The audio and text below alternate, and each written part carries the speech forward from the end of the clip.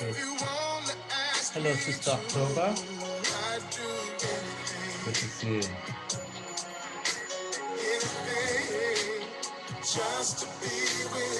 Hi, Tito.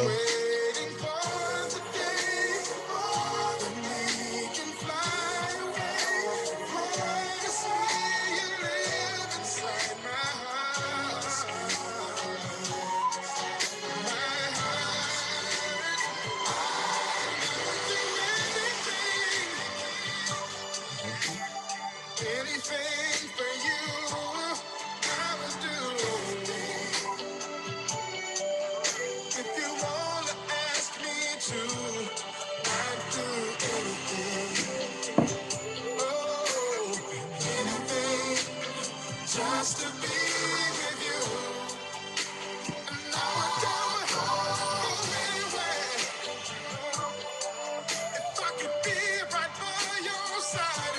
And I'd give up everything, everything. If I could look into your eyes, I would do anything.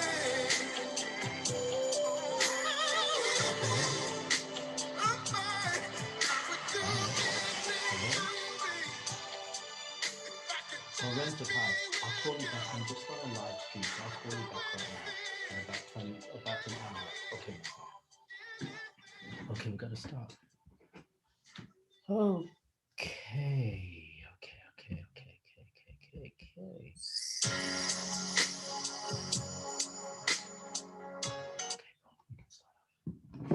Okay, so good afternoon, everyone. My name is Paulette Nemhard. It's a pleasure for us to be coming live out of Johannesburg. We would like to welcome you to our WeGo Live and hand over straight to our host for this afternoon. Charlie, over to you. Okay, awesome. Hi, everybody. Welcome to Metro Mission WeGo Live. So that I'm not talking to names on a screen and so that we can greet each other the Metro way, I'm going to ask that you show yourselves on your camera, just wave. You can unmute, make some noise, just to show a bit of excitement that you're here on this specific session. Yes. And I know it's a bit of a reunion for the Nemhards. It was a nice little welcoming party at the beginning of this session. Awesome, and nice to see some familiar faces coming through. Hello, Lachey. Great. So welcome to this afternoon's WeGo Live session. I just want to welcome also our listeners on Instagram, as well as the other platforms who are listening in on this specific session. And I just want to quickly share something that happened this week that made me reflect on our theme for this month, which is talking about shift your mind, your headspace. I was chatting to a lady I met at the kids soccer club in Sandton somewhere. And, we were talking about, the pictures you get from drones versus a cell phone. And her husband was playing with the drone with their child and the dogs. And she was saying the images that you get from a drone are next to none compared to the images or the videos you get from a cell phone. And I was like, yeah, very true, because you get a really different perspective. She says you can zoom into a specific subject and then zoom out again and then get the bigger picture in terms of what's happening around that specific subject. And it made me think about, the fact that we have these little gadgets on us all the time, our cell phones. A lot of us are comfortable with taking pictures on our cell phones, whether it's a selfie or whether it's pictures of each other in a specific setting. But the cell phone picture gives you a limited view in terms of what's in front of you or what's behind you if you're taking a selfie. And also, if you're a bit narcissistic, the selfies are a big thing now, which focuses on yourself as opposed to other people. And versus a drone, which gives you a bird's eye view of everything that's happening around you or around a specific object that you're focusing on. And for me, when I think about shifting your headspace, it means we also need to shift your perspective from, self perspective or a limited perspective in terms of only what you can see in front of you to God's perspective, which is a bird's eye view. And that's, a focus versus cell phone picture versus a drone picture gives you those different perspectives. And it took me to a Bible verse in 1 Corinthians 2, verse 9, that spoke about some of the things we don't understand in terms of what God is thinking, because we are so focused on our own perspective and we don't adopt a God perspective by shifting to his perspective. And I like what the verse says. It says in 1 Corinthians 2 verse 9, and I'm reading from the Message Bible. It says, no one's ever seen or heard anything like this. Never so much as imagined anything quite like it, what God has arranged for those who love him. But you've seen and heard it because God by his Spirit has brought it all out into the open before you. And again, if we adopt a God perspective in everything that's happening in our lives, we'll understand why certain things are happening. And we won't be so focused on our own problems, our own challenges, but try and adopt, what is it that God's trying to reveal or do here in the specific challenge or in the specific situation. And so as we go into the last week of this theme in terms of shifting your headspace, let's think about also shifting our perspectives and understand the bigger picture. Adopt a bird's eye view as opposed to the view that you constantly have every single day of your lives. So that's what I wanted to share with you, and just to welcome everybody to WeGo Live. I trust you're going to enjoy the session. Errol's going to introduce our speaker for today, Dr. Hermine Graham. But before that, we do have a special song or a special item. Who am I handing over to, Errol, in terms of the speakers? To Alex. Straight over to Alex. Okay, perfect. So just if you are interested in giving to the cause that we are missioning on as Metro Mission, please go check out our website in terms of the avenues that you have available to give. Snapchat is available, as well as banking details, and just indicate Metro Mission if you're wanting to give to the causes that we are driving. Thank you, everybody. And over to you, Alex. Alex. Okay. I was caught off guard there because I sent the file to you, Okay. Paulette. I thought, I'm not sure if my network is very unstable, but I can try. No. we've got it. I thought you were going to say a few words just before I play. I was going to say, I'll rewind Now and hand over to the Nemhards. That's the best way. Words. I'll say a few words. Good afternoon, all. Enjoy the beautiful music. It's all the way from the US. The group is committed. I hope you enjoy it. So back to you, Errol. Thank you. Okay. All right. Let's just do that and play from start. Oops. Oh dear. I don't think that was meant to happen. Was that meant to happen? No. Sorry. My apologies. We just have a very slight technical challenge, but we should be back on track in just a moment. Apologies. Let me stop share there. Let's come back. Apologies. We go live. And yep. 3, 4.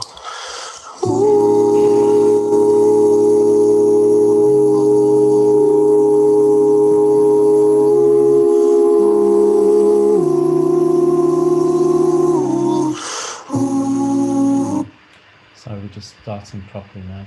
Apologies. You might want to actually do the presentation mode, Errol. Thank you.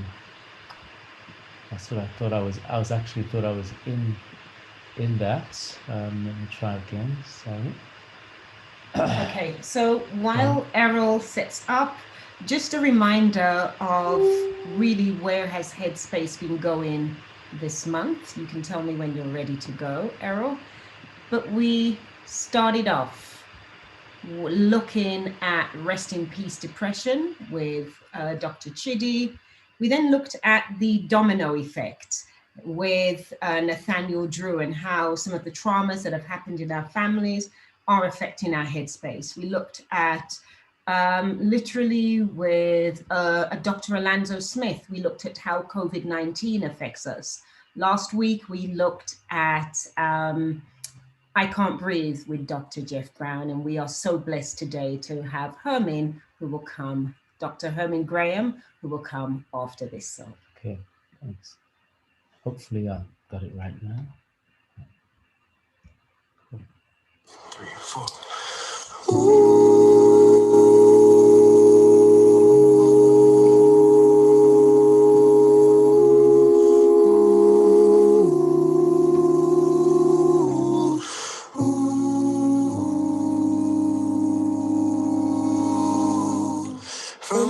highest of highs to the depths of the sea. Creation's revealing your majesty. Oh, from the colors of fall to the fragrance of spring, every creature unique in the song that it sings.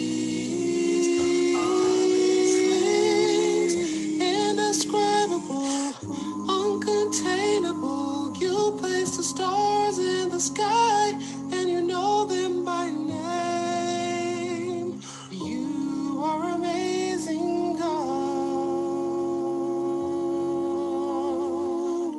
All powerful, untamable, awestruck, we fall to our knees as we humbly proclaim.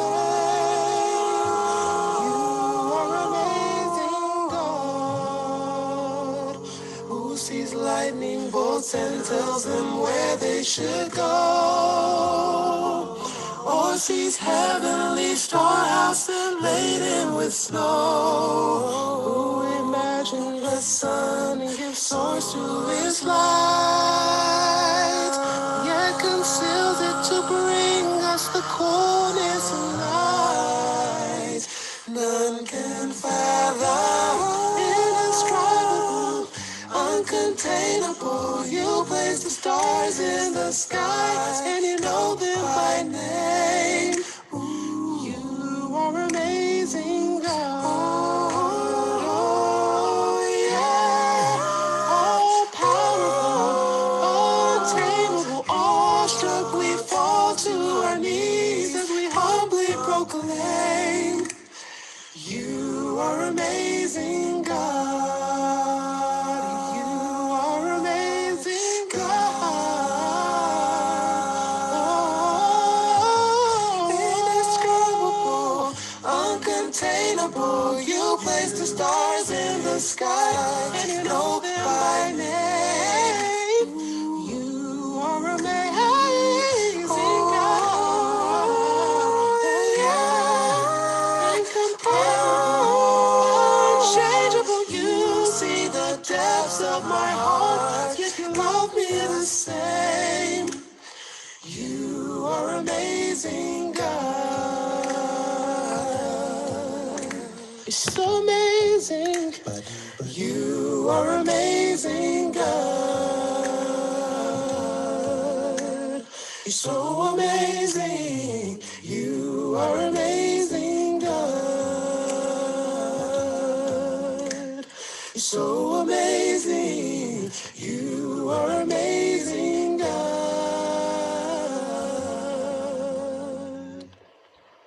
Right. Okay, great. Well, thank you so much, Alex, for that beautiful rendition there that we have just received. And again, just want to welcome everyone to Metro Mission. And I have the wonderful privilege of introducing our guest speaker today. And our guest speaker today is Dr. Hermine Graham. We're really excited about Dr. Hermine Graham because she has been a member of the church that I grew up in, and that Paulus and I grew up in Birmingham, Handsworth Church. And so when the opportunity came for us to reach out to Hermine and just request her presence in this last session of Headspace, it really was just amazing for her to say yes, she would love to.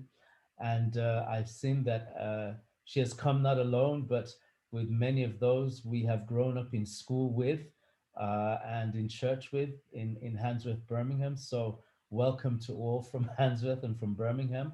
And for those who are in Jamaica, for her sisters, and also, just to know that there's so many who are watching on the different platforms in this space at this time. Just a little bit of a background for you. Dr. Graham or Hermine is a consultant clinical psychologist with over 20 years experience who has worked for the National Health Service and a lecturer in clinical psychology at the University of Birmingham. She has led a program of collaborative research and service innovation in the National Health Service focused on the integration of substance misuse treatment into mental health services. And this innovation has been quoted as a model of good practice in the Department of Health Policy guidelines for the treatment of dual diagnosis and has influenced national health services. So she works part-time with community mental health services, providing specialist psychological input. I mean, her resume goes on. So clearly she's been very busy while Paulette and I have been away for the last 26 years. So I'm really glad to know that you can come with this wealth of experience, Hermine. And I want to just hand over to you and let you flow and let the Lord lead however you choose to share this message with us or your presentation. And thereafter, we're certainly going to be having the opportunity to talk and to engage. And I would request all those on the platform to engage with any questions via the chat so that when we are done, we know that we've felt highly engaged in the process. Over to you, Hermine. Thank you. Thank you very much, Errol and Paula. I really want to thank you at Metro Mission for inviting me to come on to your platform today. It's been really amazing, all the programs that you've put on, focusing on mental health. And Charlie, thank you so much for your kind of thoughts for the day, which were really profound and cover a lot of what I want to talk about today. It's really good to be here, and I pray that as we share some time together, it will be an opportunity for you to just reflect a little and to think about how do you feel. So that's what I want to really for us to think about today, just to really for you just to take time. You know, you've probably been rushing around this morning. Just take a moment and just think to yourself, how are you feeling right now? When was the last time you asked yourself, how am I feeling? You know, we often just rush around and we don't give ourselves time to pause, to really reflect on and think about how we feel inside. So the last 6 months since March, if we look back to, if you think about when you celebrated 2020, I know that with a lot of people on this platform, we were at the end of decade ball, and the year ahead, 2020, felt like a real promise, a year of promise, a year of hope. But so many different things, unusual and unexpected things have happened since we've had the COVID-19 pandemic. So I just wonder right now, what kind of emotions and feelings have you been having? You know, when you think about yourself over the past couple of weeks, have you felt kind of sadness? Have you felt any anger or frustration? Have you felt any anxiety, any feelings of panic, or just overwhelming sadness or hopelessness or a sense of hopelessness? It's really normal to experience a whole range of emotions. And you know, on a day-to-day basis, you feel lots of different emotions. The difficulty comes though, when sometimes those moods, maybe that sadness, that anger, that rage, that panic stays around too long, or certain thoughts, you know, just kind of keep running ahead, almost like a train, just going around and around on a train track. At those times, it feels like we're held hostage by our feelings. We really can't free ourselves from a train of worrying thoughts or depressive thoughts, or we can't shake this feeling that's sticking with us. At those times, peace and joy and a sense of contentment is really quite hard to find. And so I want to share with you today kind of 3 things in our time together. The first thing I want us to think about is sharing with you an understanding of why you might be feeling the way you do. Secondly, really thinking about the power of our thoughts. Hopefully something that you've recognized, but if not, then something that I can introduce you to today. Thirdly, I'd like to share with you some really simple strategies that will help you to steady your mind and to have a sense of peace, a sense of joy, a sense of happiness and well-being. Just trying to go to my next slide. Should be okay. All right, I'm just going to. Okay, so I'm okay now. So understanding, the first thing I want to share with you is understanding why you might feel this way. An important thing, as I've mentioned, that we really think about is that our thoughts are really powerful, that maybe our thoughts are more powerful than we actually think and believe. The thoughts that pop into your head on a daily basis can actually change your heart rate.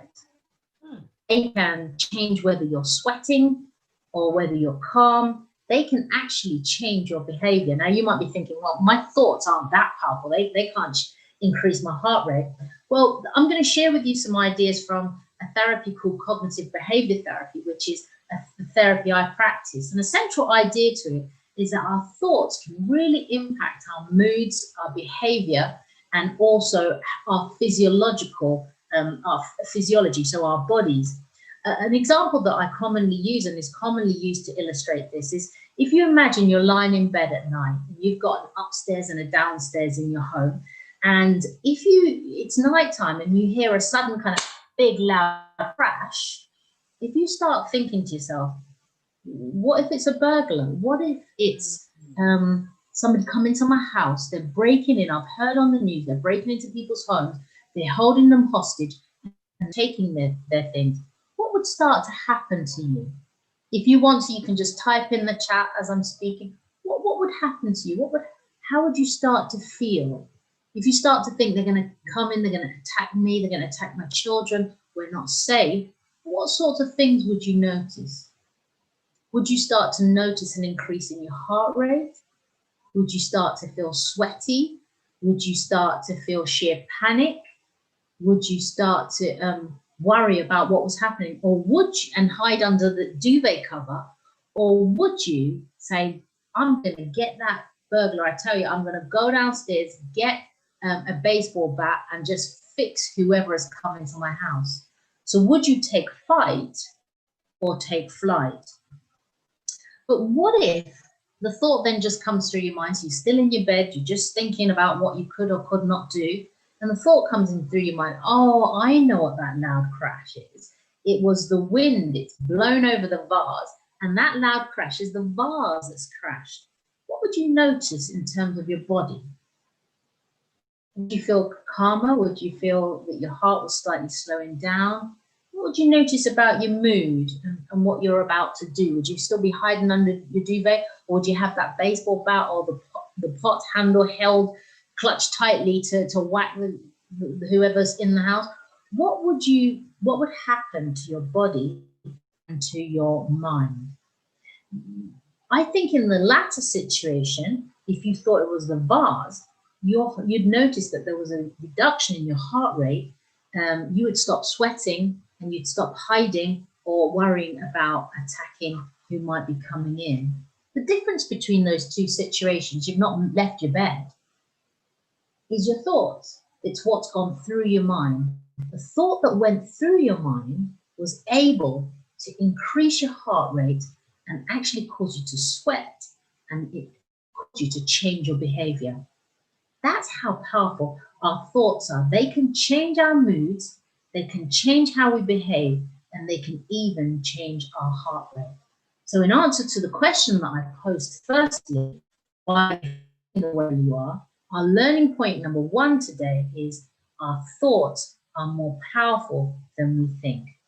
The key to understanding how you've been feeling is to understand that your thoughts are creating a change in your mood. Now, you might be on this platform now and you might be thinking, it's not my thoughts that's making me feel the way I do. I've just lost somebody I love. Somebody I love has just died. It can't be my thoughts that's making me feel sad. They have actually died. Or you might be thinking, I've lost my job. What are you talking about? It's not my thoughts that are making me feel upset and sad and angry about that. Or I'm having serious problems with my health. So it cannot be my thoughts. But actually, the power of our thoughts is that the thing that I want to suggest is that it's all about perspective. That really it's about meaning we attach to these events that happen into our lives that determines our emotional response. And that's the second thing that I'd like for us to spend some time thinking about, is understanding the power of your thoughts. It's all about perspective. When you look at this picture here, what do you see? What can you see? Just go ahead and type it in the chat. So go ahead and type it in the chat. When you look at this picture, what can you see? So anyone, just go ahead and type in the chat, what can you see when you look at that picture there? Or if you want to unmute your mic, you can unmute your mic. Somebody said, I see an old and a young lady. So it's Alex says he sees both. Errol and Paulette says they see a beautiful woman. Carmen says she sees a young woman. Anyone else? Rich.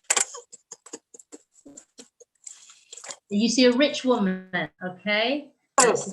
Listen, a witch. Sorry, a witch. She sees a witch.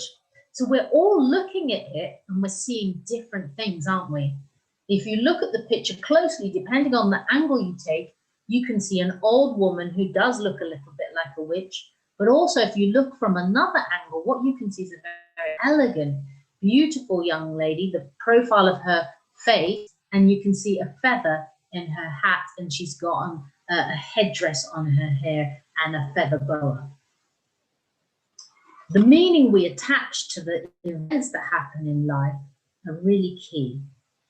There's research that suggests that although a number of people experience adverse life events, so really negative and terrible life events, some experience trauma, not everyone goes on in the long term after the initial upset and sadness to continue to experience a traumatic response. So when we experience a negative life event or adversity, it's normal and understandable for us to have that emotional reaction, to feel sadness, panic, anxious, depressed or sad.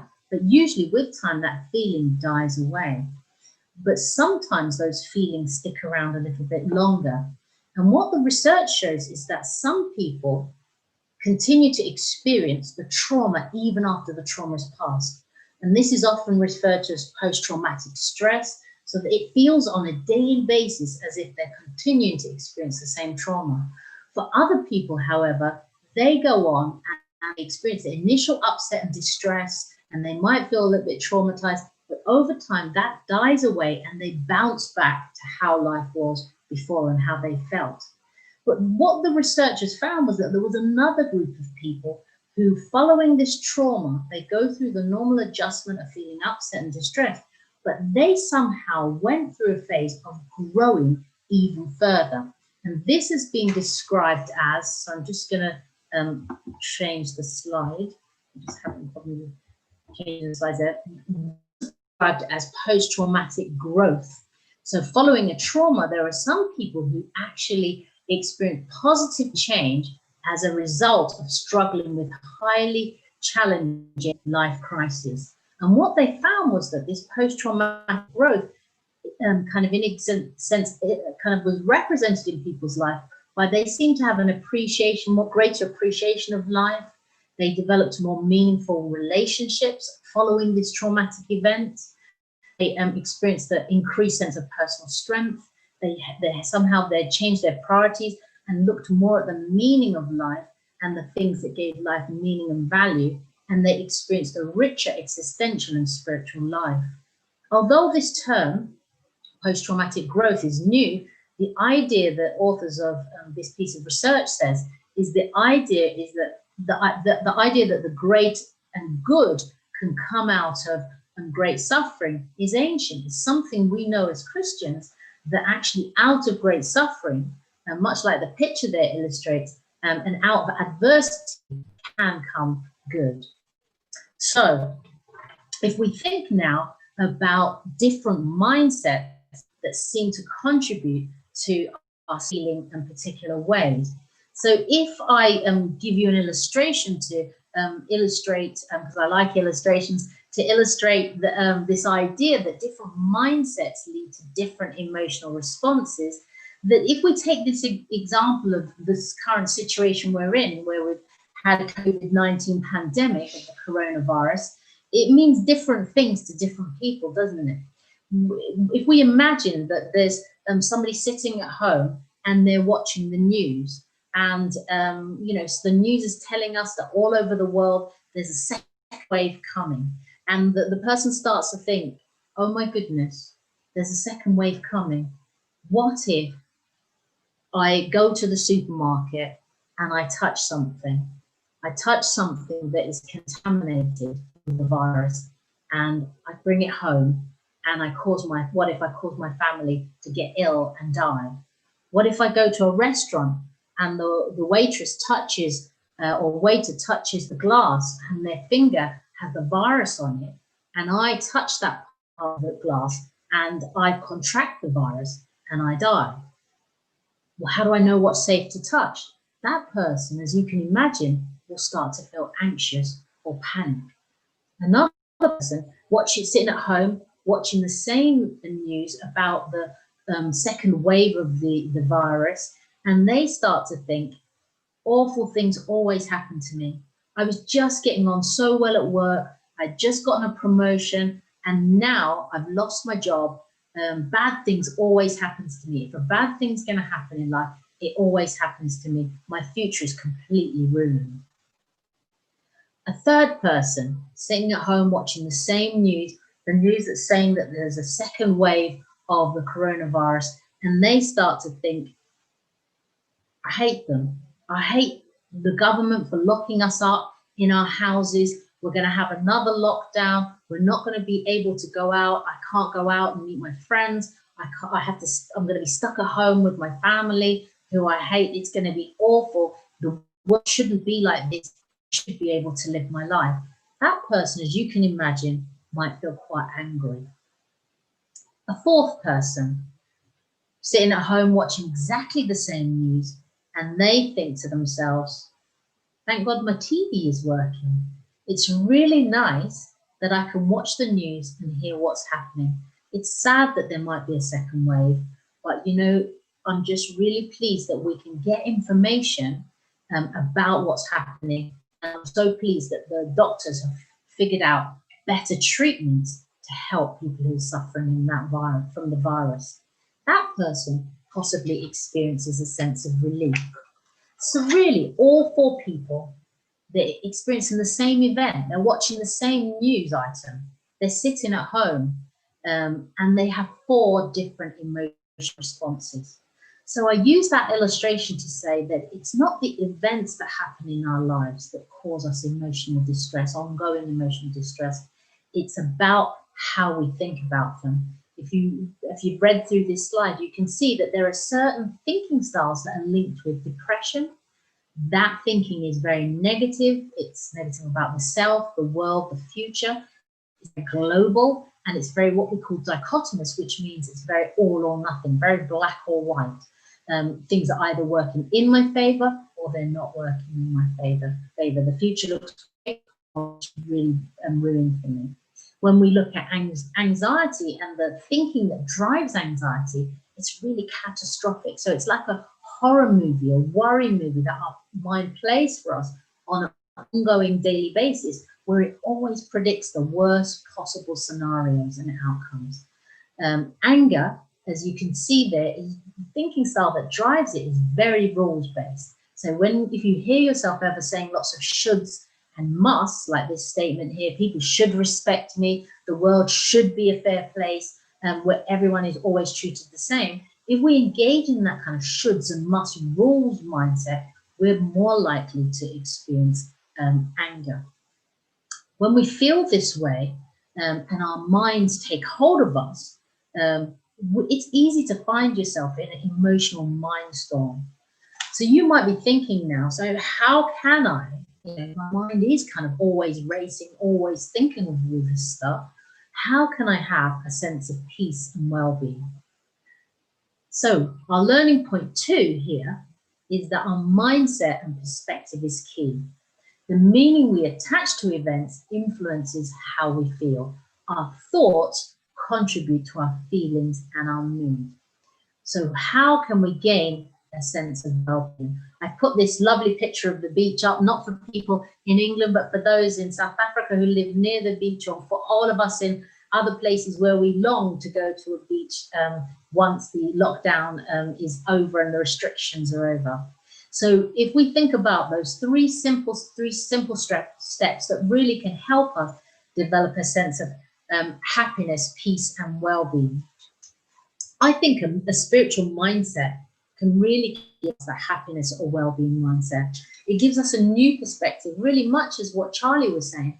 Rather than it being a selfie perspective, it's more of a drone perspective. It's God's perspective that is bigger than our deepest hurt, our biggest worry, and our biggest problem.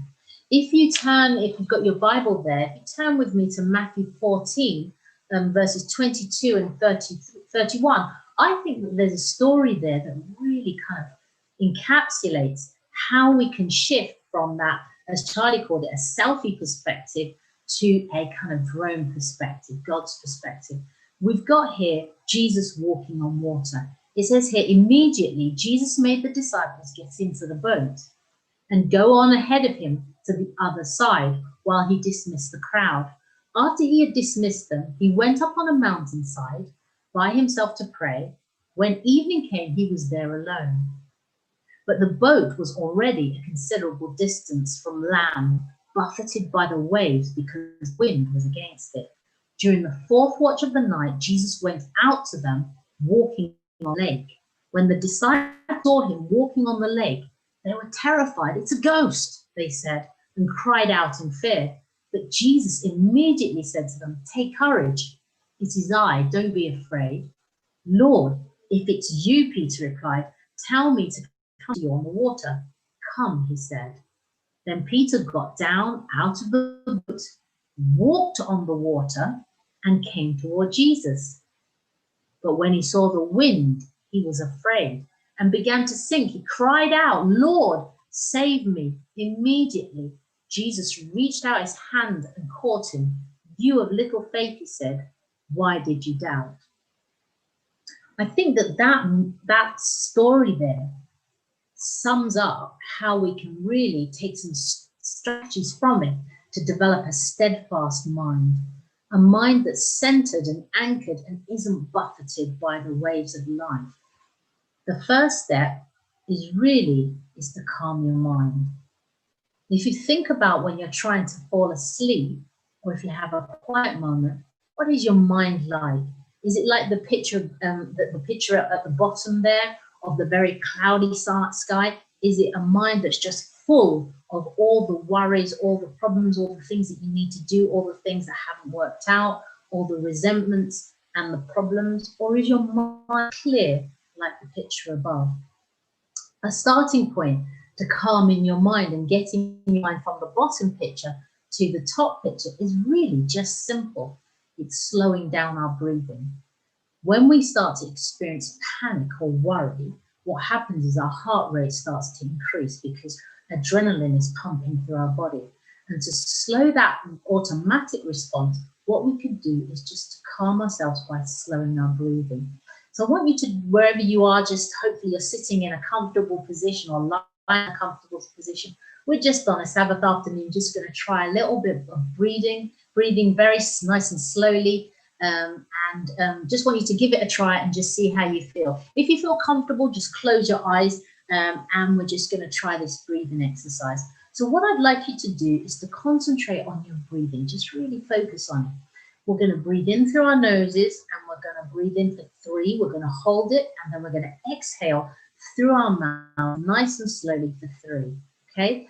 When we breathe in through our noses, we want to imagine our tummies like a balloon, that as we blow into a balloon, it fills with air. So I want you to imagine that your tummy, push your tummy out as you're breathing in, and as you're exhaling, what I want you to do is to, you can rest your hand on your tummy to feel it, is to push the air out of your tummy. Your tummy should be going smaller, flatter, and pushing the air out of your mouth. So we're going to try that now.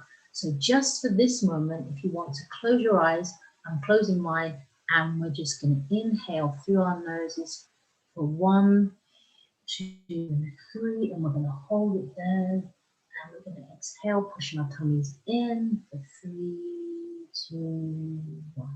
We're going to do that one more time. We're going to breathe in through our noses, 2, 3. We're going to fill our tummies with air and hold it. And we're going to exhale through our mouths for 1, 2, 3. We're going to do that again. We're going to breathe in through our noses. 2, 3. Hold it. And we're going to exhale through our mouths for 3, 2, 1. Let's do that one more time. Breathe in through your nose. 2, 3. Fill your lungs. And then hold it and exhale for 3, 2, 1. And what I want you to do is just open your eyes and come back into the room where you are. I don't know what you feel, but what I feel is a change in how slow or how fast everything around me feels. What I feel is a sense of stillness and calm. So just by slowing our thoughts down slowing our breathing down, we can slow down how we feel, how our body is operating, and we can even slow down our minds and the thoughts that are rushing through them. The second thing we can do to calm our minds is really to acknowledge our feelings and thoughts. Oftentimes we push our thoughts to the back of our minds and we think, yeah, I'm not going to think about that. That was too traumatic. That was too upsetting. That person really upset me. I'm just going to avoid them. And we push all of that to the back of our minds. But there is no back of our minds. That's the problem. And what happens is when we're trying to fall asleep or at another point when something else happens in our life, it all comes crashing forward for us. I used to have a cupboard in my house where I used to store things, and eventually over time that storage cupboard got so full, and my sister Carmen can testify to this, that we had to like really push the door to close it. And if you open the door to try to get something, you know, as my daughter Chloe has often found, that things would just fall out on top of her. And it became quite unsafe. And so I had to go into that room, and it took me from 6 p.m. one evening to 2 a.m. one morning to clear that cupboard. And that's what our minds are like. We fill them over our lifetime with lots of things. We fill them with many things that haven't been processed in our minds. And so our minds get really full, and it starts to seep forward, and it starts to affect how we function. So what we need to do is to, as an experience happens in life, we need to acknowledge the feeling. So I lost my job. That's really sad. It's really upsetting. I have lots of worries and questions about what the future will hold and how I will afford to pay my mortgage and my bills. I failed an exam, and I'm worried about, you know, will I fail the next exam? And when I go to sit an exam, I feel a lot of panic inside. Acknowledge that feeling. It's normal, it's healthy to feel those feelings when we experience a distressing feeling, have a distressing experience. I lost somebody that I love, somebody that was really close to me. But so many people have died during this coronavirus outbreak. It just breaks my heart, and I feel so sad. It's important to acknowledge that. It's so awful when we lose somebody we love.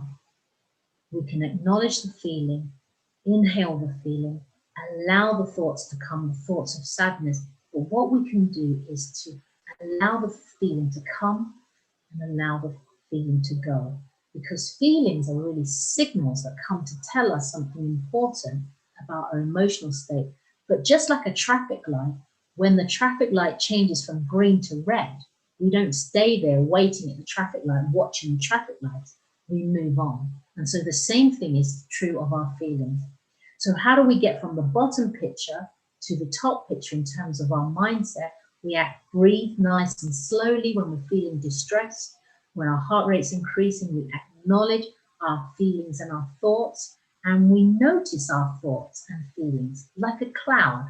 So I don't know if you've ever done this, gone camping or been in the park or just been out walking, and you just watch the clouds and you notice that sometimes you might notice a certain shape, like it looks like an elephant, and then you watch it and it changes shape, or it looks like a certain island and it changes shape, and we just notice the cloud changes.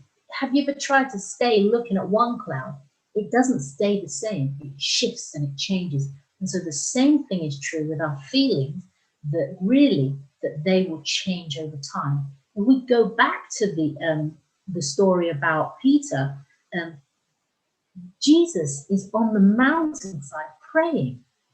The disciples are in a boat buffeted by waves. It's getting really turbulent in their boat. But Jesus is on a mountainside praying for them. And so it's easy when we're in that storm and when the clouds are raging in our lives and the storm is raging in our lives, to forget that we have a God who is above the weather and in the sky above, watching over us and working on our behalf. The disciples were terrified. But what we can do is to allow our thoughts to come and allow our thoughts to go. Feelings are really just like visitors, and said, we can let them come and we can let them go. In terms of helping us to develop this steadfast mind is to be present in this moment.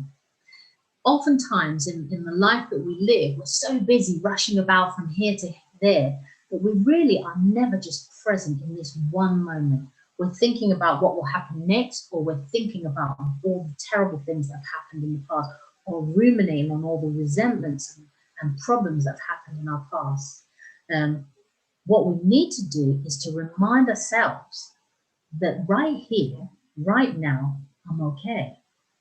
Right here, right now, I may have some things that are worrying me, but I'm physically okay. Right in here, right now, I might be physically unwell, but I am here and I am okay. And things are not perfect, but they're okay. We can remind ourselves that the past is not happening.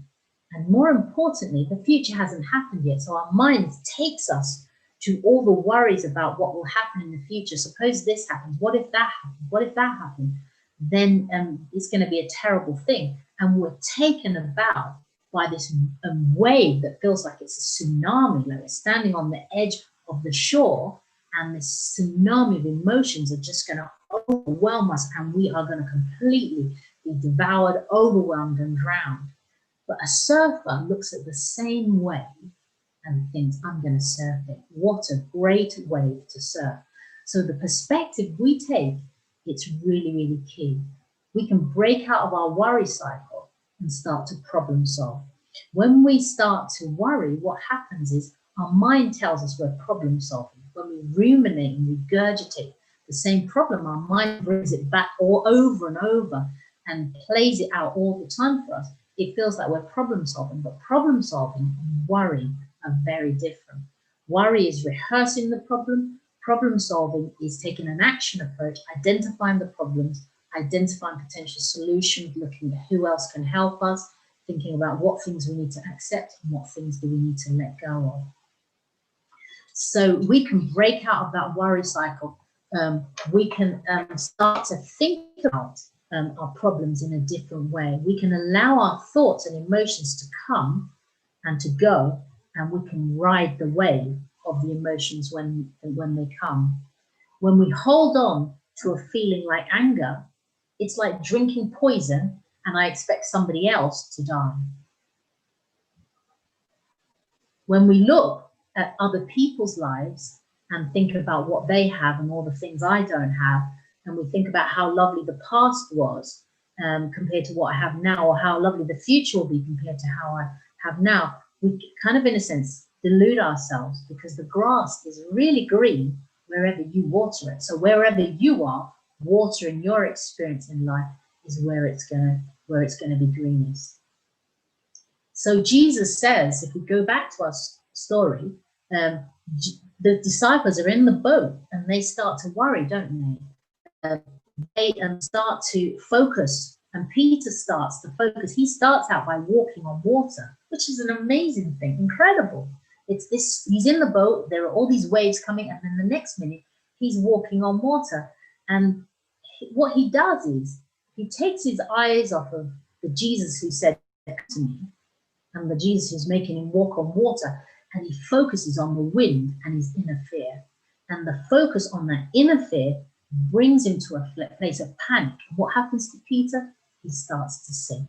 He starts to sink, and in a sense, what happens in our lives is sometimes those emotions, when we get focused in on them, when we focus in on those feelings that overwhelm us, we start to feel like we are drowning. What I want to suggest to you here is that we can shift our perspective. And if we shift our perspective, this is our step 3, what we can do is we can really, in a sense, overcome experiences. I'm not saying that we can get rid of the adverse life experiences we've had. I'm not saying that we can change them, because what has happened, and it's sad when awful things happen, but we can shift our perspective and the way we look at it. When we think about, when we look at the people who were in Auschwitz and people who were enslaved, we see that there's an author called Viktor Frankl, and he talks about people in Auschwitz. They were experiencing such torture and hardship, but they made chess pieces out of the few meager rations of bread that they had. So they were in a dire situation, but yet still they found hope by creating something out of what felt like nothing. When Black people were enslaved in America and in other parts of the Caribbean and in England, they were enslaved and tortured and their lives were awful, but they were able to produce the most amazing songs through Negro spirituals that we sing today. Out of adversity and struggle can come some good things. Learn what we can from the experiences that happen to us in our lives. We seek the support of people around us. Surrounding yourself with people who are positive and uplift you is really, really important. Peter recognizes that he's not alone as he starts to sing, as he starts to focus away from his fear and the wind that's buffeting him and the waves, and he focuses on Jesus. He can see Jesus' hand reaching out to him, and he can get another perspective, and he seeks the support of Jesus, who lifts him out of the waves, and he's able to walk on water again. It says here, character cannot be developed in ease and quiet. Only through experience of trial and suffering can the soul be strengthened, vision cleared, ambition inspired, and success achieved. We can shift our perspective. When you experience a difficulty and you're feeling emotionally overwhelmed, I want you to ask yourself, is there another way that I could look at this? What would somebody else say to me? What angle would they take when looking at this difficulty and this problem? If we looked at the types of thinking styles that drive different kind of emotional states, when we looked at the depressive one, we said, well, actually, the depressive mindset is a negative one. It's about the self, negative about the self, the world, and the future. It's global. Everything is awful, and it's very black or white. It's either good or bad. And it says something like, you know, I've lost my job, bad things always happen to me, nothing I do ever works out, my future is ruined. But a mindset that looks at it, the same problem from another perspective, or the same event of losing their job from another perspective, is one that's hopeful and optimistic. It acknowledges the feeling of sadness, of loss, but it focuses on the temporary nature of that feeling, and it remains hopeful. I've lost my job. I'm sad about this, but I'm glad that I had this job and that I've got these for these past years, and I've got this work experience. God will work something out for me, and something else will turn up. Let me start looking at what I can do. And that hopeful and optimistic spirit pushes us into action, to thinking about, what can I do? What else can I look at? When we talk about the mindset of an anxious mindset, how do we shift that perspective? Well, an anxious mindset is one that's catastrophic worry, as I said. It predicts the worst possible scenarios and outcomes. What if another wave of COVID comes? I can't go back to school. I'll not have learned enough to pass my exam, and so I won't get into university. Anxiety is always driven by a question: what if? What if? And it always predicts the worst thing. The opposite of that, or another perspective to that, is acceptance of uncertainty. Life has lots of ups and downs. My sister Joanne used to say to me that I think her husband's grandmother used to say, life is half a cup of sorrow and half a cup of joy. It's in the same cup though. You know, it accepts the uncertainty, and that life has things we can be certain about, things that we're not sure about. It answers the what if question and focuses on the facts and not just the feelings. Another wave of COVID may come. We may have days off school. That person could say to themselves, but so will everyone else. Everyone's in the same boat. And this does not mean that I will not have learned enough to pass my exams, or I won't get into university or get a job. So it's pulling the mind back into perspective and focusing on the facts. It has a sense of trust about it. We talked about anger as well. Well, how do you shift an angry mindset? As I said, anger is driven by kind of lots of rules and people breaching our rules of shoulds and musts. People should respect me. The world should be a fair place where everyone is treated the same. And you notice it's in bold, it's in capitals, and it's with an exclamation mark, because it's always something that's said with such strength and force. What we can do to shift the perspective is to take a deep breath. Like we said, it calms the mind. We can focus on our preferences as opposed to the rules by which we think the world should operate. It recognizes that other people see the world very differently and may live by different rules. It's nice when I feel that people I meet treat me fairly. It's the preference as opposed to a should and a must. So what I want to say to you here today is that sometimes in life, we feel like we're drowning. Like Peter, we might feel that the winds and the waves are engulfing us. All these emotions are just surrounding us and drowning us and overwhelming us. But I want to tell you today that when you feel like drowning in life, don't worry, you have a lifeguard who walks on water. And just like he caused Peter to walk on water, he will lift you out of the sorrow and he will renew you and strengthen you. Everything is for a season and a time. Every morning we wake up is a second chance. There's been an advertising campaign in the UK called #SecondChance. And what these adverts say is that, over the lockdown period, people spent more time with their family. People spent time in nature walking. People cooked together. People appreciated the small things in life and the values in life more than the materialistic things. And it says, #is a second chance for us to start again. Is it a chance for the world to reset itself and for us to behave differently? There's another government kind of agenda that's being driven now that's called Build Back Better. And I've noticed it used in various countries around the world. And what policies are being developed, and one of the boards I sit on, what we're looking at is, now that the pandemic has happened, is this a chance for us to develop policies that are more helpful to people, more thoughtful about people's lives and the adversities they have? Can we build back a better healthcare system? Can we build back a better economy? Can we build back better working conditions for people and better quality of life? I want to suggest to you this afternoon that every morning is an opportunity for you to have a second chance. It's an opportunity for you to hit the reset button. Sleep is an amazing thing because we go through sleep and there's a period within us sleep which is restorative, and it allows us to refresh ourselves, to renew ourselves, and to start again. So when you wake up in the morning, it's a chance for you to hit that reset button. Over the lockdown, every morning I read now this text here in Lamentations 3, verse 22 to 26.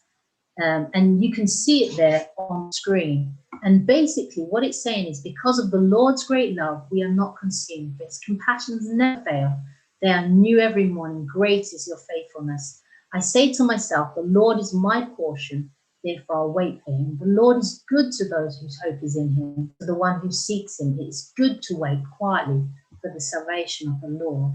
And why I love that text is because when I start the morning by reading, it tells me that actually I woke up this morning. God gave me life. It also tells me in the morning that if I went to bed with anger and upset, I have to start anew, because God's mercies and compassions are new to me every single day. I can forgive those who have hurt me, wounded me. I can be, because God is forgiving me and being compassionate to me. I can then say to myself, the Lord is my portion. That means that whatever you need today, God has already provided it for you.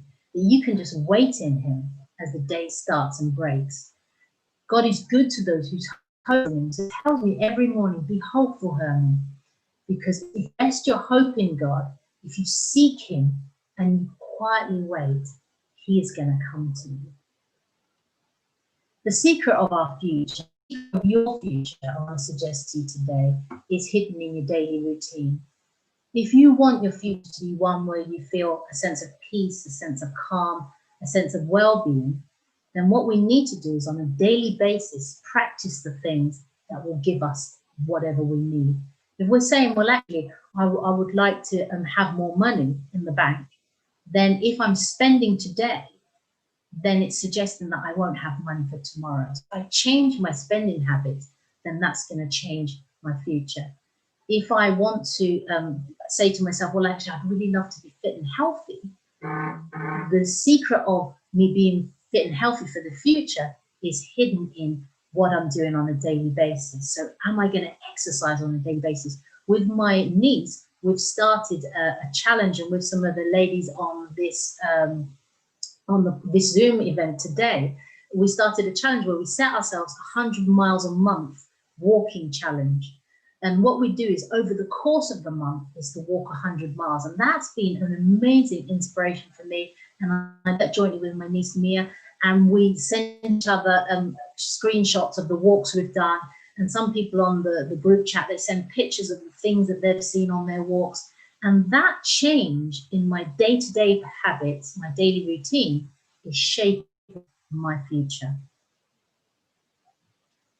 So I'm going to finish now. But the thing that we often do is to think to ourselves that actually, when this storm passes, when this season passes, when I pass through this sadness, this grief that I'm experiencing, this sense of loss, when this panic and this anxiety about what the future will hold will pass, then everything is going to be that life I will have. Well, actually, sadly, every day will have adversity. Every day will have troubles and sorrows of its own. Life isn't about waiting for the storm to pass. It's really about learning how to dance in the rain. And that's why I really love that quote. I leave with you here today. Blessed is the one who trusts in the Lord. And that's found in Jeremiah 17, verse 7. I pray that God blesses you as you start to think about how you feel and start to recognize the power within your thoughts and your daily routine to shift the way you feel by shifting the way you think. God bless you all. Wow. Thank you so much, Hermine. That really was so motivating, just to listen to the practicality of what we can do in these very difficult and stressful times around managing our thoughts and how that correlates to our health and our well-being. So thank you so much for that. And you know, obviously, if there's any questions, please do put them in the chat, or just you know, raise your hand, and certainly we'd be happy that you can just engage Hermine around some of these questions. One of the questions I had, Hermine, is that, you know, here in South Africa, we have had a very traumatic history, as you've probably been aware of, and the liberation of people from the clutches of apartheid has not necessarily quelled the traumas that people are experiencing today. And obviously COVID has compounded that. And I wanted to just ask the question, you mentioned at the very beginning, how are you feeling? How am I feeling? And, you know, many people say they don't have time to think about how they're feeling. They don't have time to process how they're feeling. For example, in the COVID, one family member literally just dying after another, compounded with the work, compounding with family, compounded with a whole lot of things, then there's very little time to think. how does that relate to the degree we can be empathetic with others if we don't have time to think about our own feelings? What is the correlation, if anything, around our ability to be empathetic to others? I think that's a really important question, isn't it, Errol? I think that when we think of, if we start with your comment about South Africa, and we think about the struggles that people went through, and from other countries also gone through in terms of the struggle for injustice and the struggle for, it almost put people in survival mode where they're in a fight or flight mode, just every day just working for survival. They were oppressed in so many ways. And if we think of, the grandfather of South Africa, if we think of Nelson Mandela, and we think of the adversity that he had on Robben Island, and we think of the situation he was in, but even though he was imprisoned, his mind was free. And so what I'm suggesting is sometimes we can't free ourselves from the current circumstances we're in. We're in adversity, and adversity is just an ongoing, relentless thing. But what we can do is to free ourselves in our minds.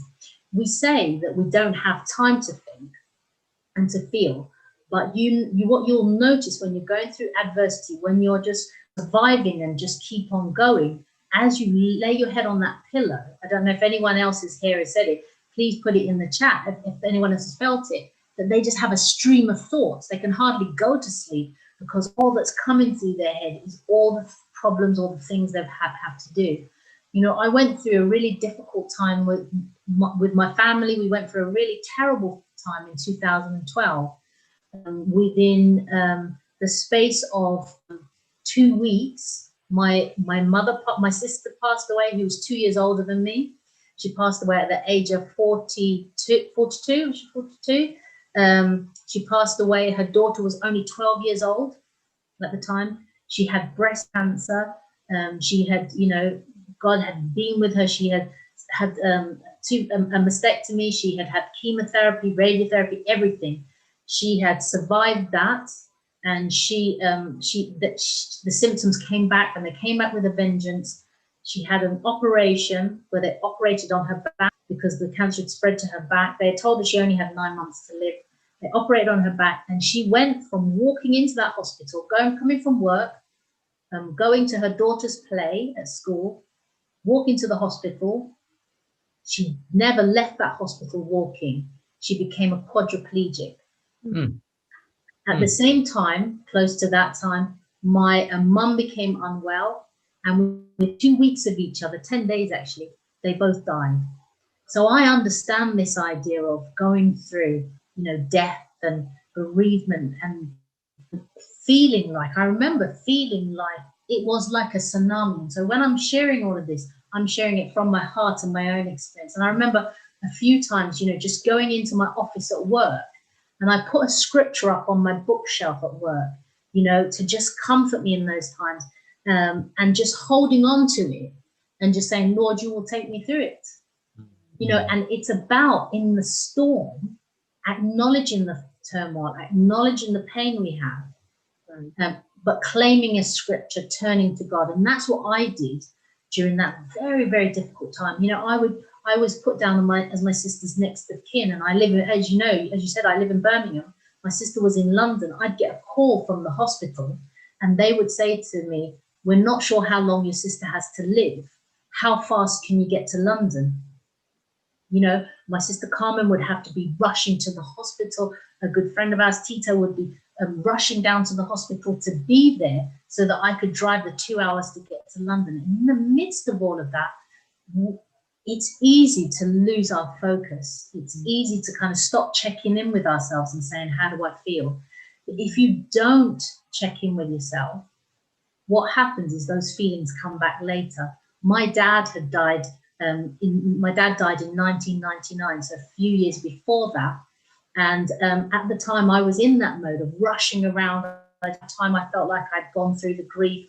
I'd cried at the funeral. I cried afterwards. I was okay. And he died in February. And in the June, I went into the supermarket and I saw a row of cards for Father's Day.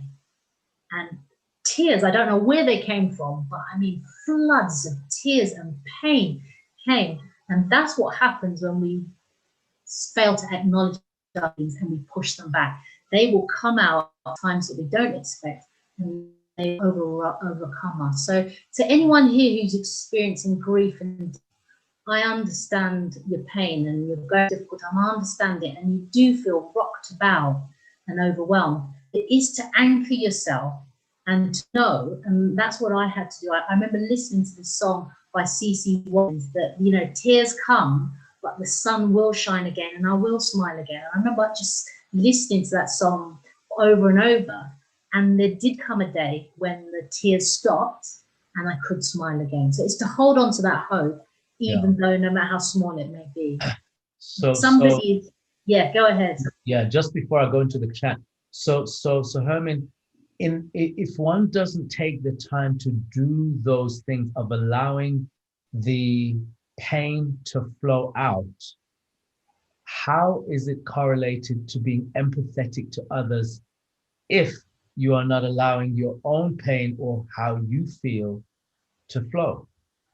Is there any correlation? Do you become less empathetic, or does it matter? Doesn't matter. You stay empathetic to others. I think it varies, doesn't it, from person to person? Some people hold their feelings in. Some people are from families where you just don't show your feelings. Right. Some cultures are very much, you know, stiff upper lip. You just don't talk about your feelings. You just carry on. And so people can continue to be empathetic. But what happens is that sometimes we might find ourselves irritable. We might, and I notice it myself, that sometimes I can get irritable, a bit short. And when I've got too much on, or my mind is too full, or I can start to feel overwhelmed.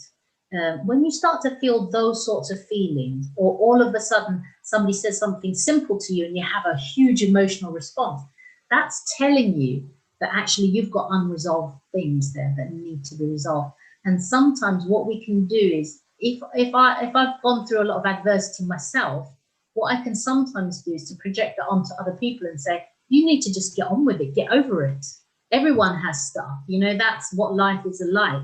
And we can get quite hard, cold and cynical. And it's really important to tune into ourselves, you know, how are you feeling? How are you feeling inside? And just to check in with ourselves. Absolutely.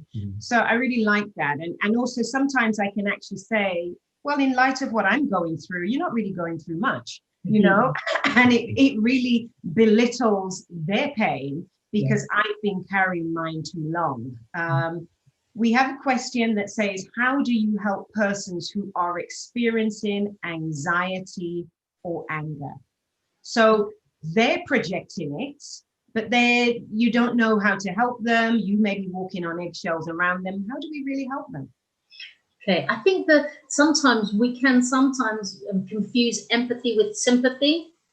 To sympathize with somebody is to kind of really just, you know, I'm sorry you're experiencing this. Empathy is really understanding the world from their perspective. And so what we want to do is to try to step into their shoes and see the world from their perspective. What we can't do is to solve people's problems. And so I think this is something I've had to learn as a clinical psychologist, that oftentimes people want to tell you about how they feel, but I cannot solve people's problems. And so in a sense, oftentimes a helpful thing may be to listen to somebody, but what is not a good thing is when people are emotionally dumping too much stuff on us, because it may be overwhelming for us. So it's important to have boundaries, to be able to be a listening ear, but also a signposter.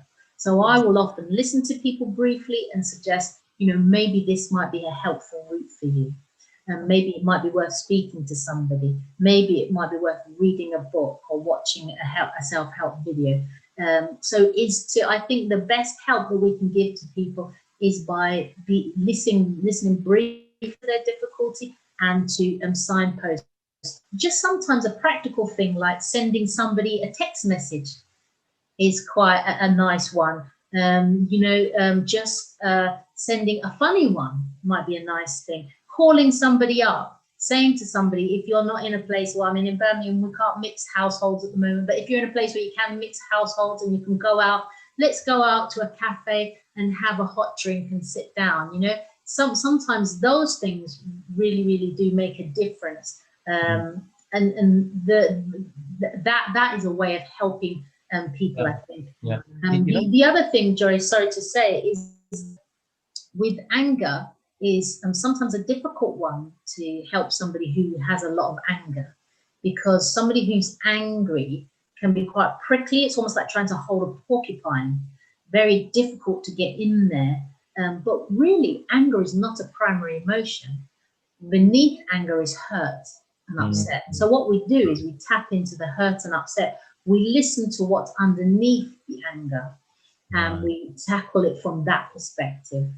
Yeah, but you know what I'm really getting from you, Hermine, is that the ability to help others adequately is only as good as I'm helping myself properly.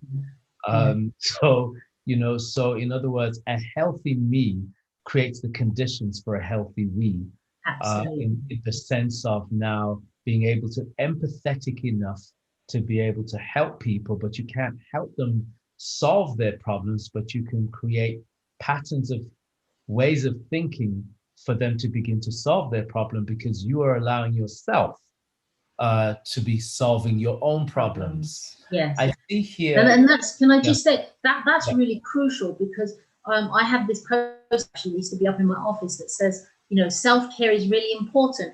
We cannot serve, right, when we're empty. I cannot serve from an empty bowl. So to look after me is really important. You know, I'm not ashamed to say that on both occasions, when my dad died, when my sister and my mum died, I went and saw a bereavement counsellor, because I recognized to myself that was when I broke down in the supermarket with tears. I recognized that actually something is here that I need to get out.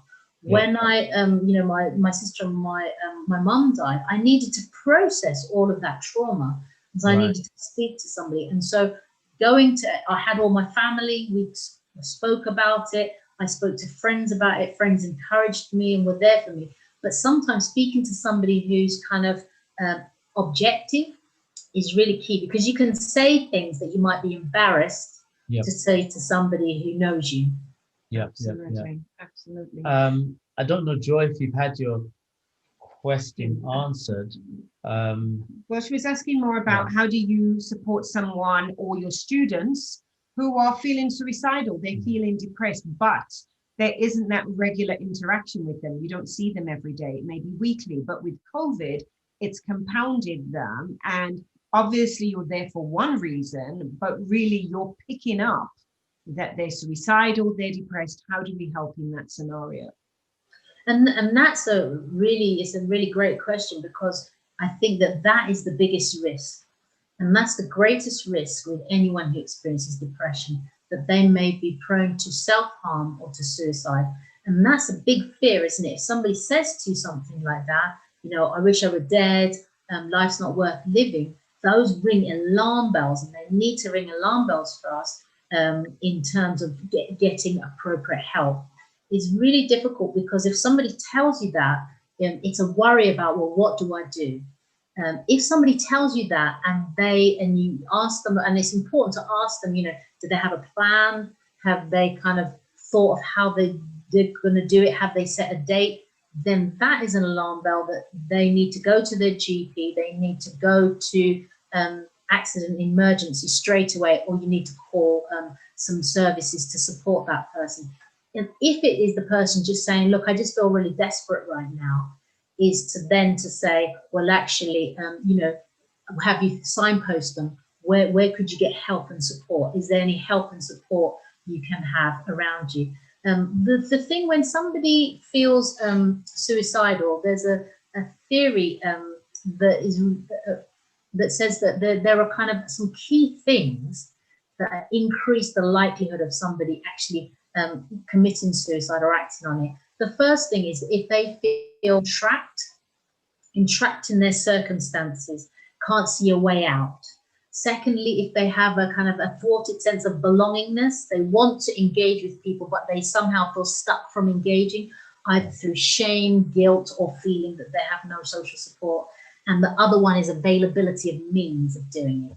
Yeah. An opportunity. So really, with the first one, that kind of sense of entrapment is to, if we allow people to talk about and say, well, actually, how are you feeling? Then we can somehow get them to stop feeling that they're alone. Yeah. And we can say, well, actually, there are places. Why don't you go and speak to your GP? Why don't you speak to if it's a 16 or 17-year-old, why don't you speak to your parents? What about the counselor at the college or at school? Why don't you go and have a chat with them? Let me look up something for you and share with you a number. Call the Samaritans, call a helpline. The other thing is availability of means. If somebody says to you, look, I'm collecting up this and these are the means I'm thinking of, then that's an alarm bell because they already have a kind of a plan. So there are different steps to take, but sometimes it may be that just people feel desperate. Yeah. But I think that there's an important safeguarding issue that we need to, if we're in a kind of like a work environment, is to kind of go through those safeguarding channels, or if it's through a school or a college environment, through those safeguarding, or if it's you as an individual, somebody telling you something, if you are concerned that they will act, then you need to contact either their GP or take them to A&E, or suggest go to A&E or call the police or an ambulance. Right. So that's adults. How do we help younger children? And maybe I can just sort of shape that question as probably the last question. I've been sort of immersing myself in the study of epigenetics and the whole idea of the transmission of post-traumatic stress disorder from one generation to the other, and the extent to which the DNA is malleable when there's actual post-traumatic stress. Now, what's emerging for me is that this pandemic, which is global, may create a generation of traumatized people, okay? Simply because of the economic, political, social, psychological impact it is having specifically on everybody. But I think about the family structure. Okay? So I'm zoning into the family structure and how the stress for a pregnant woman, for instance, and let's start there. How, if you are a pregnant woman, or you are, and I wouldn't say pregnant woman, a pregnant family. So you're pregnant. We say today you're pregnant. How should a family cope with that, given the fact that there are dynamics that are occurring to which the fetus is experiencing, and therefore being flooded with cortisol and all the various chemicals that then raises the amygdala in fight, flight, or fright mode? How does families begin to cope, which then includes children in this space? I think that's an important thing to consider, isn't it? And I guess as a psychologist, I know we've got some people from a social work background, and my sister comes here, who's a social worker.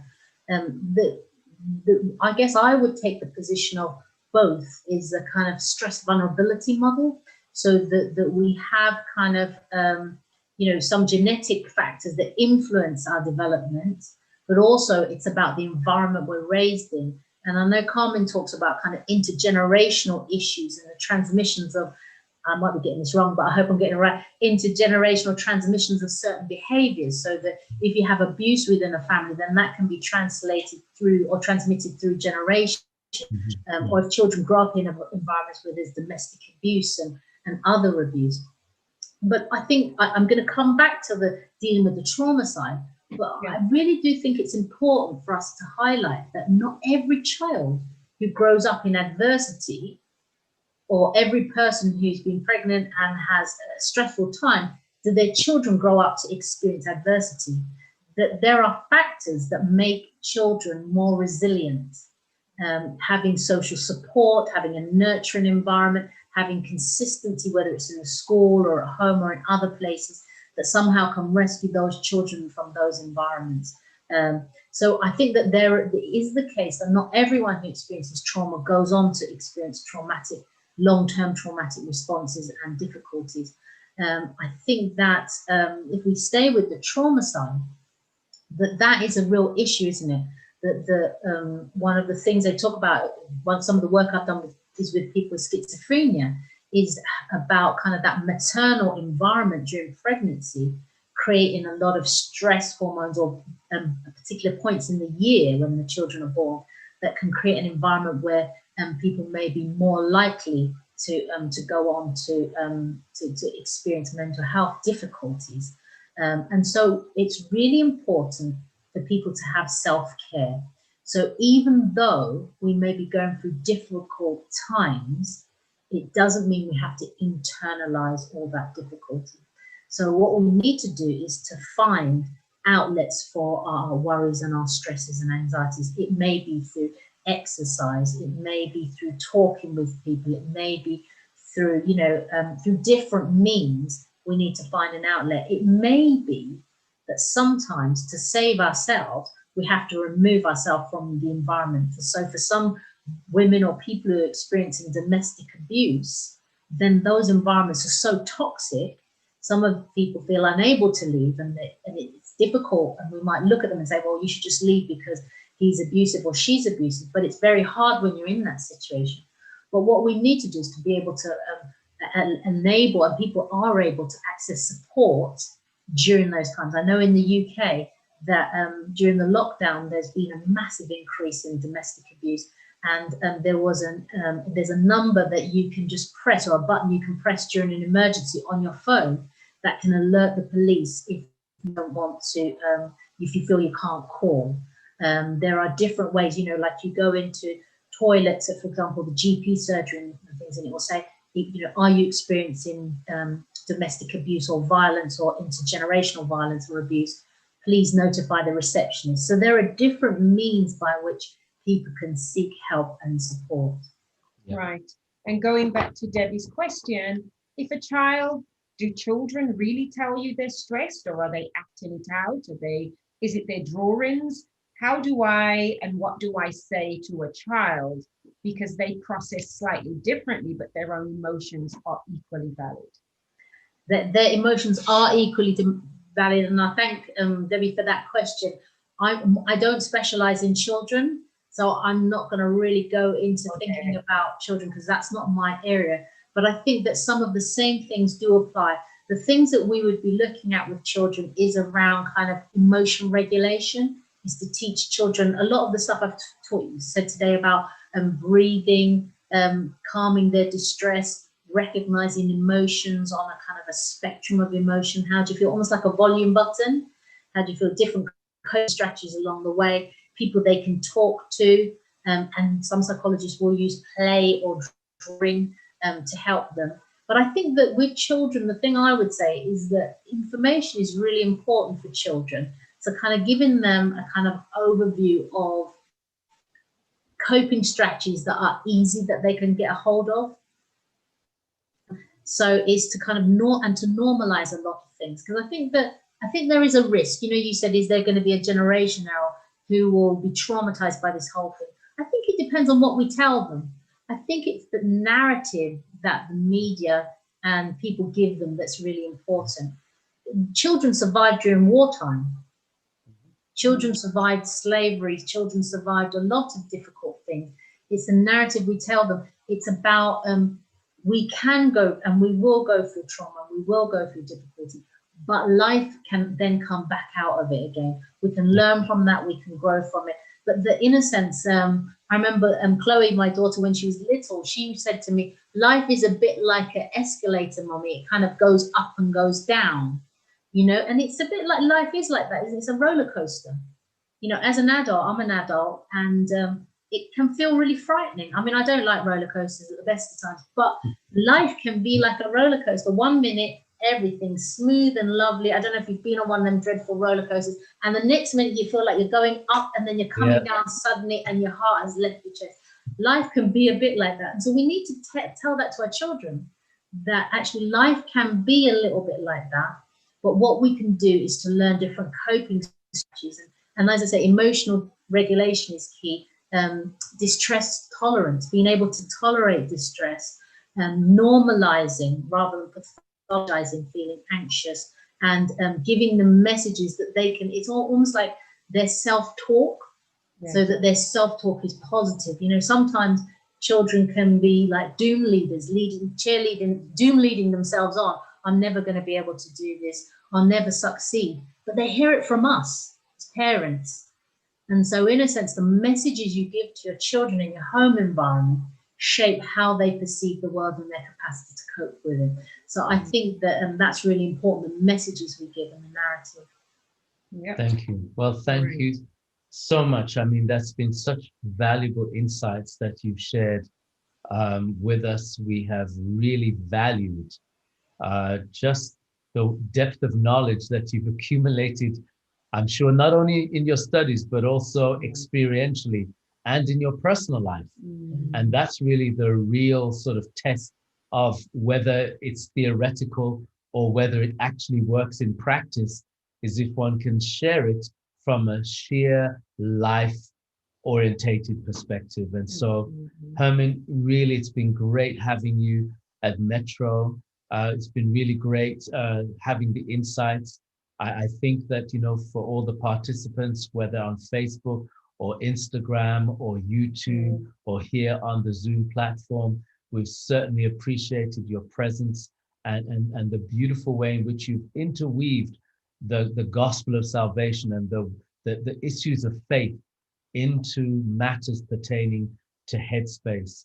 And you know what I just love is for everyone just to be able to open their cameras just for a moment, just so that we could wave and just thank Hermine for giving us her time and also for sharing so beautifully with us.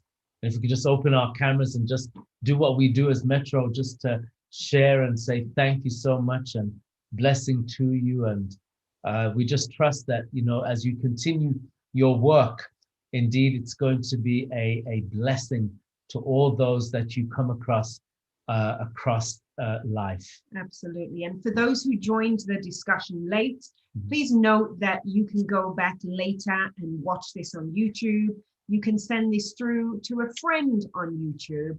Some really useful points for me was about the traffic lights, because that allows me and enables me to manage my feelings, but to really ask myself, have I been at this traffic light a little bit too long on red, or am I working through amber, and when am I going to go? And that traffic lights has been so useful for me because it allows me to process the time that I allow myself to grieve rather than not grieving at all. The other thing I took away was post-traumatic growth. Wow. The fact that we can grow. And sometimes being in the furnace or being in difficulty, whilst we would never have ordered this, sometimes this is what I needed to grow. This is what I needed to take away the loss of a loved one. I think there's so many of us who've experienced that. But sometimes we have to pay tribute to the lives of those we've lost and to say, I'm going to do this for you. I'm going to turn, I'm going to do things. I'm even going to do things you would have done if you were still here. And so these are some of the ways we have to grow. But the one thing we do not want is people just internalizing their thoughts, because that makes the headspace too heavy. And as Hermine said about the cupboard, who doesn't have one of those cupboards somewhere, right? That is just packed, you're pushing it, you're shoving it with your feet, you are pushing things in. And actually the information is saying there's just too much in this cupboard. And the reason we don't sort it out is because it's going to take too much of our time. But actually sorting it out is what allows us to find things we had even forgotten were in there, allows us to process, and we feel better and it looks better and we're lighter when we sort out our headspace. So thank you so much. Thank you so much. Thank you very much. So next week, we're going to have Dr. Mark McCleary, because we start a new month. And that new month in terms of shift is Shift Your Praise. One of the things that I think Dr. Hermine Graham shared much is about thankfulness. And we're going to talk for the next month of November of how we can shift our praise so that we got the right mindset to deal with the challenges that we face each and every day. So we're going to have a word of prayer just to bow our heads. And from then we're going to close off. Thank you, Heavenly Father, for the time that we've spent together with Hermine. We just appreciate, oh Lord, the insights that she's given. May we take much of this on board as we work through the challenges that life continually throws at us. But Lord, we're comforted by the fact that you know how to walk on water, and that there is no reason that we should sink, but we should be able to rise above the waves with the right mindset and the right trust in you. And so bless each and every one of us. In Jesus' name we pray. Amen. Amen. Amen. So God bless and have a great, blessed week going forward. And we just trust that as you go forward in this day, that indeed you will be blessed. Okay? God bless. Thank you. Thank you very much, Hermine. Thank you. Thank you very much, everyone. Thank you. Thank you. God bless. God bless everyone. Thank you very much. Nice to Thank see you. you. God bless. Very interesting. Thank you. God Thank bless. you. Take care. Bye. Wonderful. God bless. God bless. Yes. God bless. God bless.